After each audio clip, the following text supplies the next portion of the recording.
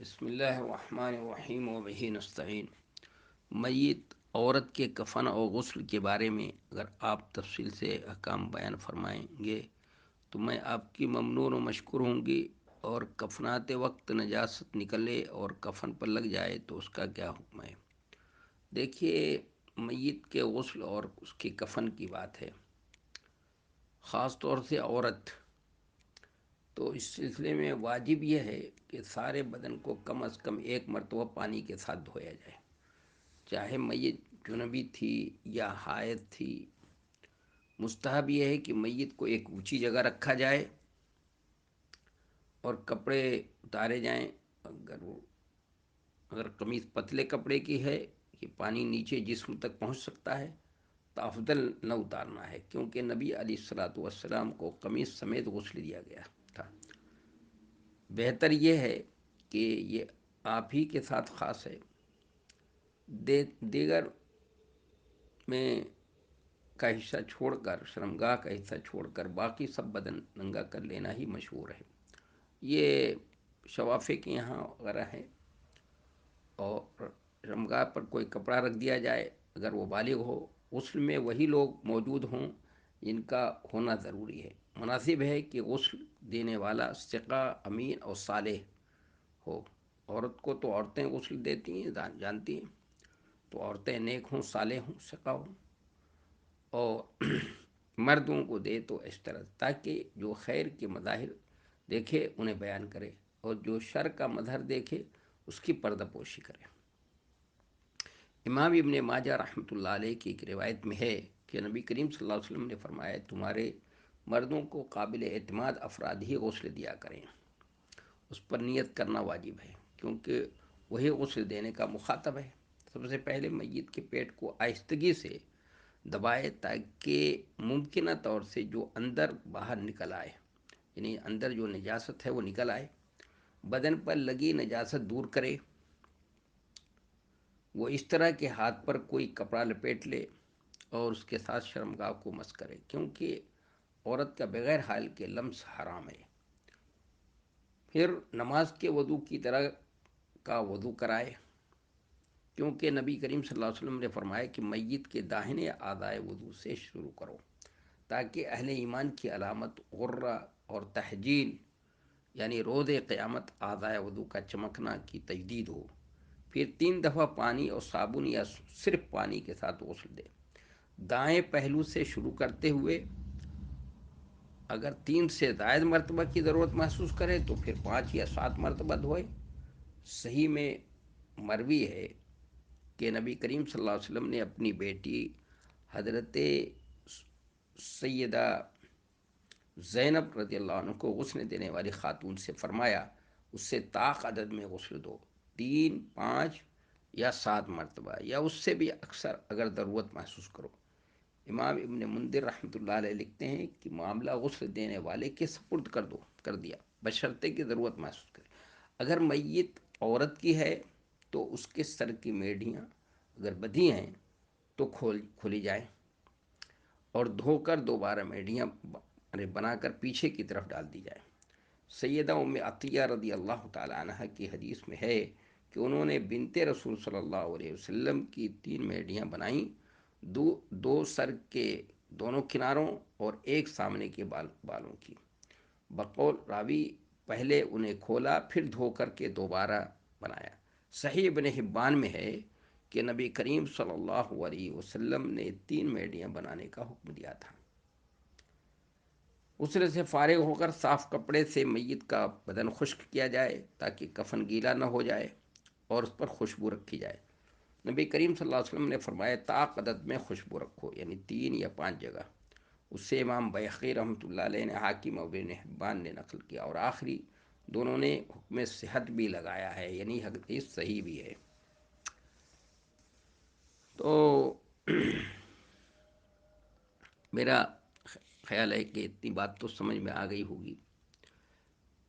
اگر پانی نہ ملنے کی صورت میں میت کو تیمم کرا دینا ہے، اگر پانی نہ ہو تو میت کو تیمم کرا دیا جائے، کیونکہ اللہ تعالیٰ نے فرمایا فلم تجدوا ماء فتیمموا صعیدا طیبا، اور آپ نے یہ بھی فرمایا جعلت لی الارض مسجدا وطہورا، یہ بھی فرمایا آپ نے کہ پوری ضمیر میرے لیے نماز گاہ اور آلہ طہارت ہے۔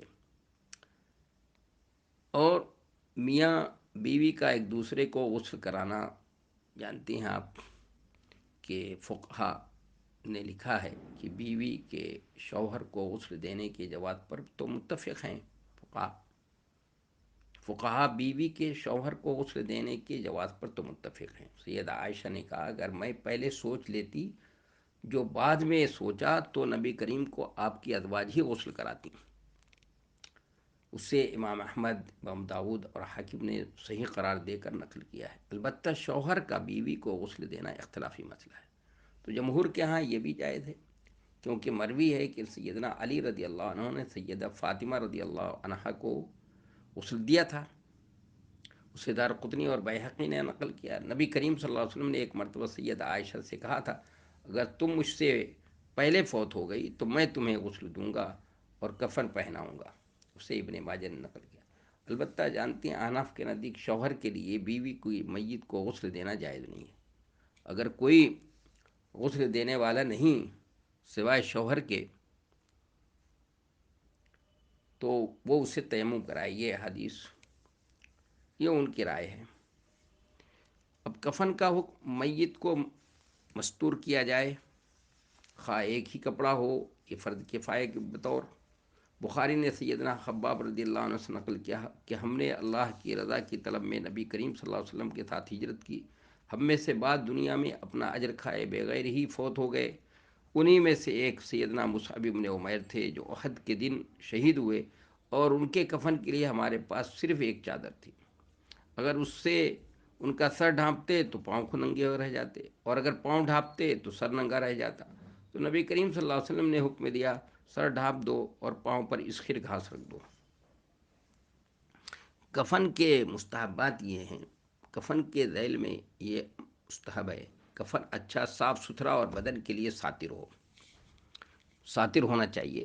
ابن ماجہ اور ترمذی نے حسن کہا ہے۔ تو سیدنا ابو قتادہ رضی اللہ عنہ سے روایت نقل کی کہ نبی کریم صلی اللہ علیہ وسلم نے فرمایا جب کسی پر اپنے مردہ بھائی کی ذمہ داری آن پڑے تو اسے اچھا کفن دے، کفن سفید ہو،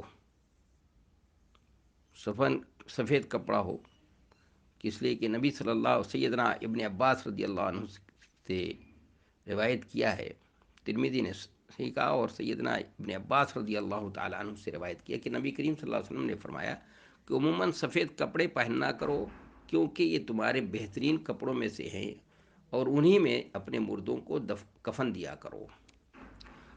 کفن خوشبودار کیا جائے، امام احمد اور حاکم نے حکم صحت لگایا ہے۔ سیدنا جابر رضی اللہ عنہ سے روایت نقل کی کہ نبی کریم صلی اللہ علیہ وسلم نے فرمایا جب میت کو خوشبو لگاؤ تو 3 مقامات پر لگاؤ۔ اور ابن عباس نے وصیت کی تھی کہ ان کے کفن عود یعنی خوشبو کے ساتھ خوشبودار کیے جائیں۔ آدمی کے لیے 3 چادریں اور عورت کے لیے 5 چادریں ہیں۔ چنانچہ جماعت نے سیدہ عائشہ رضی اللہ عنہ سے نقل کیا کہ نبی کریم کو 3 نئے سفید سہولی کپڑوں میں کفن دیا گیا تھا، ان میں قمیص اور عمامہ نہ تھا۔ بقول ترمذی صحابہ وغیرہ کے اکثر اہل علم کا اسی پر عمل ہے۔ کہتے ہیں کہ سفیان ثوری نے کہا مرد کو 3 کپڑوں میں کفن دیا جائے، اگر 4 ہو تو قمیص اور 2 تھیلے، اور چاہو تو 3 تھیلے ہوں، اگر مزید نہیں تو 1 کپڑے کا کفن بھی کافی ہوگا، اسی طرح 2 بھی، بہرحال بشرط کشائش 3 مستحب ہیں، اور یہی امام شافعی، امام احمد، امام اسحاق کا قول ہے۔ کہتے ہیں کہ عورت کو 5 کپڑوں میں کفن دیا جائے۔